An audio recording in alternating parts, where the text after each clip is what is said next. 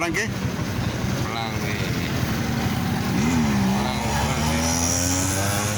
Mira, Fran, ¿qué piensas tú de esa regulación para que todos estén plenamente identificados, para que todos tengan su chaleco, para que todos tengan su licencia? ¿Tú crees que esto ayuda bien al motoconcho, a aquella persona que trabaja día a día con sus motores, o perjudica? ¿Qué piensas tú? bueno, yo no digo que perjudica, pero yo lo veo de una manera. Si el presidente le da la facilidad a nosotros para regularizarnos, eso yo lo veo como mejor.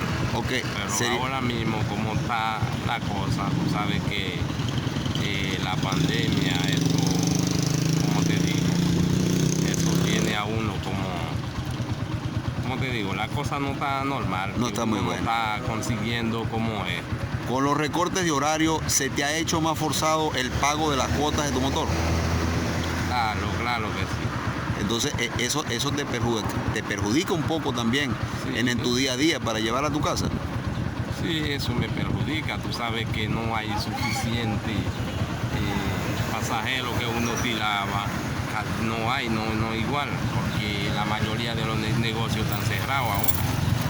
Los hoteles más conseguían cuartos más con la gente de los hoteles. Tú sabes que ahora mismo todos los hoteles no están funcionando.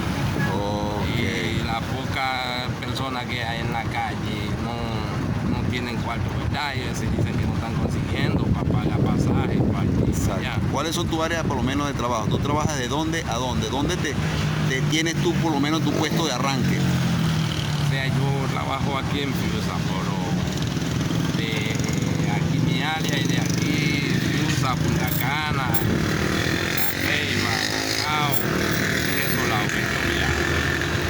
Ok. Bueno, muchísimas gracias por la información. Está bien, no hay problema. Muy amable.